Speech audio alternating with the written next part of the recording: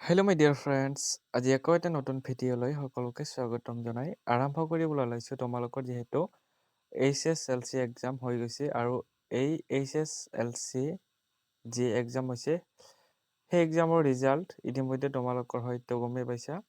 অহাকালি বা অহাকালিৰ পিছদিনা অৰ্থাৎ এই 2-3 দিনৰ ভিতৰতে কিন্তু ৰিজাল্ট দিয়াৰ সম্ভাৱনা খুবেই বেছি, প্ৰায় 99%। গতিকে ৰিজাল্ট যিদিনাখনেই দিয়ক সেইটোলৈ আমাৰ কোনো টেনশ্যন নাই। চ' ৰিজাল্ট যিদিনাখন দিব সেইদিনা গমেই পাবা। CM ছাৰে টুইট কৰিব বা ৰণত পেগু ছাৰে টুইট কৰি জনাই দিব তোমালোকক। চ' মেইন কথা হৈছে যে তোমালোকে কেনেদৰে ৰিজাল্ট চেক কৰিব পাৰিবা। যিহেতু তোমালোকে হয়তো ইয়াৰ আগত ৰিজাল্ট চেক কৰাই নাই বাৰু, তেনেকুৱা ডাঙৰ এক্সাম হোৱাই নাই। গতিকে মেট্ৰিক এক্সামেই ডাঙৰ এক্সাম বুলি ধৰি ল'ব পাৰা। চ' এই এক্সামৰ ৰিজাল্ট কেনেদৰে চেক কৰিব পাৰি তাৰ বিষয়ে এতিয়া আমি আলোচনা কৰিম। চ' তোমালোকে যেনেদৰে দেখা পাইছা, মেক্সিমাম মেট্ৰিকৰ ৰিজাল্ট দিনৰ 10 বজাত দিয়া হয়। চ' 10 বজাৰ লগে লগে তোমালোকে ৰিজাল্টসমূহ পাই যাবা। চ' তাৰপিছতে তোমালোকে জানি লোৱা যে ৰিজাল্ট চোৱাৰ কাৰণে কি লাগে। এখন যিকোনো তোমালোকৰ ব্ৰাউজাৰৰ পৰাও চাব পাৰা, তেনেকুৱা লিংক দিয়া থাকে। তাৰপিছতে এপছৰ সহায়ত বা এপ্লিকেশ্যনৰ সহায়ত তোমালোকে চাব পাৰা। চ' যদি এপ্লিকেশ্যনৰ সহায়ত চোৱা তেনেহ'লে সেইটো ভাল হয়।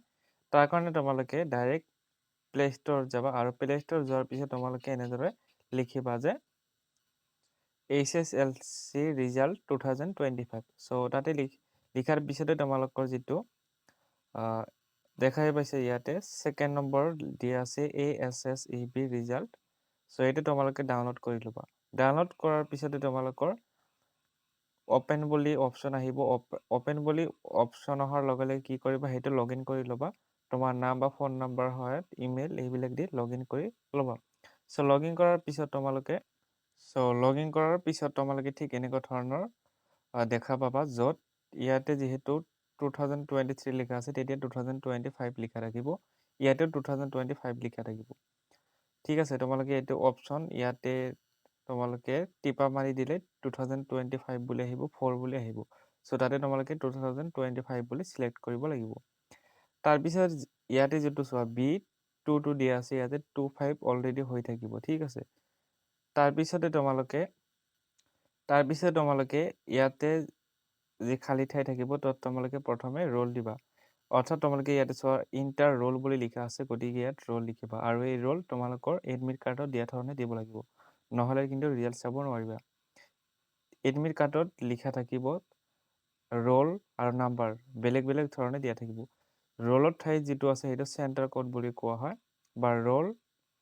চ' ৰোলটো তোমালোকে ইয়াতে বহাই দিবা, যি নাম্বাৰ থাকে ইয়াতে বহাই দিয়াৰ পিছত তোমালোকে নেক্সট চোৱা, নেক্সটত তেতিয়া আহিবা। ইয়াতে নাম্বাৰ লিখিব লাগিব, অৰ্থাৎ ৰোল আৰু নাম্বাৰ বেলেগ থাকে। চ' এডমিট কাৰ্ডত দিয়া ধৰণে তোমালোকে কি কৰিবা, ইয়াতে নাম্বাৰ দিবা। চ' নাম্বাৰ বহোৱাৰ লগে লগে তোমালোকে কি কৰিবা, যিটো চেপ্টা থাকিব এটা চেপ্টা সেইটো বহাই দিবা। ইয়াতে যিটো দেখা পাইছা, চ' বেলেগ থাকিব তেতিয়া সেই চেপ্টা চাই তোমালোকে এইটো ইয়াতে মাৰি দিবা। মাৰি দিয়াৰ পিছতে তোমালোকে গেট ৰিজাল্টত ক্লিক কৰাৰ লগে লগে তোমালোকে ৰিজাল্ট পাই যাবা। ইয়াতে মোক বহুত সময় লাগিছে বুজোৱাৰ কাৰণে, কিন্তু তোমালোকে যেতিয়া অট'মেটিকেলি 1 ছেকেণ্ড বা 2 ছেকেণ্ডৰ ভিতৰতে কিন্তু ৰিজাল্ট পাই যাবা, ঠিক 10 বজাৰ লগে লগে। চ' তোমালোকে জাষ্ট কি লাগিব, ইণ্টাৰ ৰোলটো বহাই দিবা, নাম্বাৰটো বহাই দিবা, চেপ্টাৰটো বহাই দিবা, ৰিজাল্ট পাই যাবা। ঠিক আছে, এইখিনি আছিল তোমালোকৰ ভিডিঅ'টো। চ' ভিডিঅ'টো ইমানতে সামৰিছোঁ।